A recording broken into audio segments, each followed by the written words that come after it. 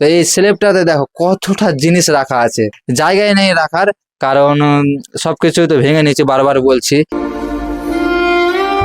তো আজকের ভিডিওতে আমাদের বাড়ির দৃশ্যটাই সর্বপ্রথম তোমাদের সামনে তুলে ধরলাম। তো নমস্কার সবাইকে, আমি দেবব্রত মণ্ডল আর তোমাদের সবাইকে স্বাগতম আমার নতুন ভিডিওতে। আমি এখন রয়েছি আমার বাড়ির সামনে। সামনে দেখতে পাচ্ছ ওই লাল বোর্ডটা, ওটা কিন্তু আমার বাড়ি। আর আমি রয়েছি এখন নদীর কিনারতে, মানে আমার বাড়ি থেকে নদীর দূরত্ব খুবই কম। আর দেখতে পাচ্ছ নদীটা এখন বর্তমানে কিরকম অবস্থায় রয়েছে। একবার ক্যামেরাম্যানকে নদীর দিকে দেখাতে বলবো। দেখো নদীর জলটা দেখো কত পরিষ্কার, আর কোনো স্রোত নেই, একদম নদীর জল স্থির হয়ে আছে এক জায়গাতে। আর জায়গাটা দেখেই হয়তো তোমরা বুঝতে পারছো কি এখন কিন্তু কাজটা করলে কত ভালো হতো, এখন কাজ করার সময়টা কত ভালো।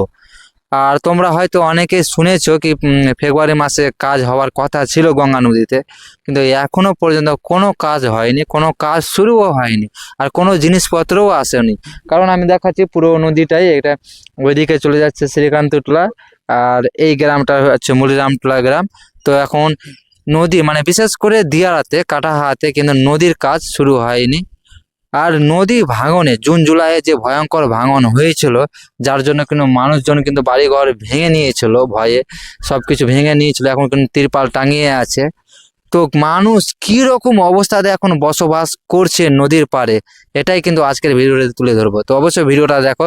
তো প্রথমে আমি আমার বাড়ির দৃশ্যটা তোমাদের দেখাতে যাবো, কি আমাদের বাড়িতে এখন কি রকম অবস্থা রয়েছে আর কি রকম অবস্থাতে আমরা থাকছি এই নদী ভাঙনের জন্য। তো চলে আসলাম আমার বাড়ি, এটা হচ্ছে আমার বাড়ি।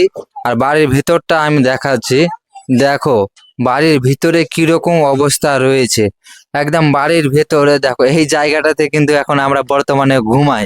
কারণ ওইদিকে ঘর ছিল, দু তিনটা রুম ছিল, তো রুমগুলো কিন্তু নদী ভাঙনের জন্য ভেঙে নিয়েছি, যার জন্য কিন্তু এখন বাইরে এই চৌকিটা রেখে এখন ঘুমানো হয়।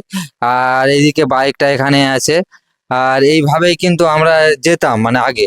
আর এখানে একটা গেট ছিল, এদিকে একটু দেখাতে বলবো। দেখো এদিকে কিন্তু এইভাবে গেট ছিল যাওয়ার। হ্যাঁ, তো এই গেটটা কিন্তু এখন বন্ধ করা আছে। আর এখানে কিন্তু ঘর ছিল, এটা একটা ঘর ছিল, আর এখানে কিন্তু দুটা ঘর ছিল। তো এই ঘরগুলো ভেঙে দিয়েছি, আর এখন এই দিক দিয়েই যাওয়া আসা হচ্ছে। আর একটু এদিকে তোমাদের দেখাতে বলবো। দেখো এটা কিন্তু আমাদের ঘরের স্ল্যাব ছিল। এখানে ঠাকুরের পূজা পাঠ করা হতো, এখনো করা হচ্ছে, কিন্তু ভাঙা অবস্থায়, বুঝতেই পারছো আমরা সবই কিছু ভেঙে নিয়েছি।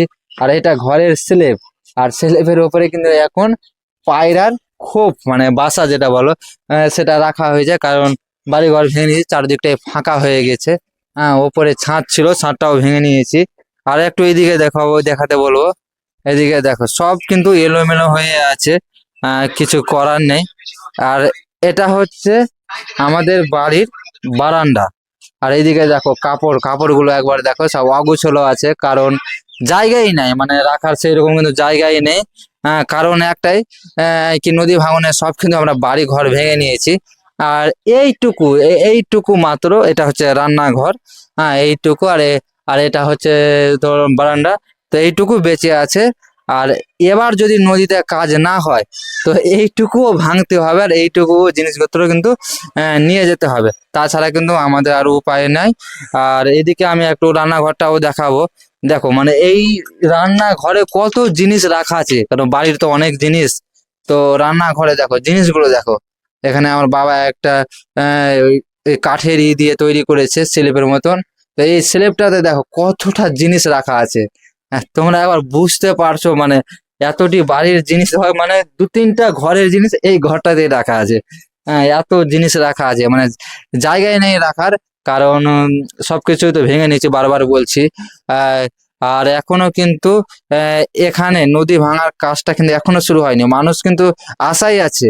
তার জন্যই ত্রিপাল টাঙিয়ে এখনো কিন্তু এই নিজের মাতৃভূমি, নিজের মাটিতে জমিতে বসবাস করছে, একটাই আশাতে কি নদীতে কাজটা যদি শুরু হয় তাহলে কিন্তু আমরা বেঁচে যাব।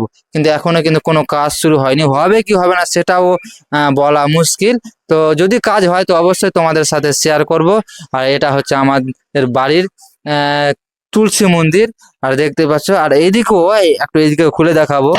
এই গেটটা কিন্তু এখানে ছিল, তো এখন এইভাবে সেট করেছি। আর সেট করার পরে দেখো এই জায়গাটাই দেখতে পাচ্ছ, এখানে যে শাক সবজি যা লতা পাতাগুলো যা দেখতে পাচ্ছ, এইগুলোতে কিন্তু দুটা রুম ছিল। এখানে একটা রুম ছিল আর ওখানে একটা রুম ছিল, আর মাঝখান দিয়ে একটা গেট ছিল। তো এটাও ভেঙে নিয়েছি। আহ, নদী ভাঙনের কারণের জন্যই কিন্তু সবকিছু ভেঙে নিয়েছি।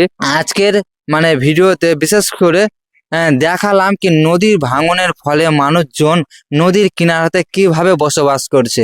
তো আজকের ভিডিওতে আমাদের বাড়ির দৃশ্যটাই সর্বপ্রথম তোমাদের সামনে তুলে ধরলাম। এরপরে কিন্তু আমাদের গ্রামের প্রতিবেশীদের বাড়ির ভিডিওটা তুলে ধরবো। তো আজকের ভিডিওটা এখানেই শেষ করলাম, এরপরে দেখাবে অন্য ভিডিওতে। আজকের ভিডিওটা যদি একটু দুঃখজনক মনে হয় তাহলে অবশ্যই শেয়ার করে দিও, আর এইরকম ভিডিও দেখার জন্য অবশ্যই চ্যানেলটাকে সাবস্ক্রাইব করে রাখো। আর ভিডিওটা শেষ পর্যন্ত দেখার জন্য তোমাদের অসংখ্য ধন্যবাদ জানাই।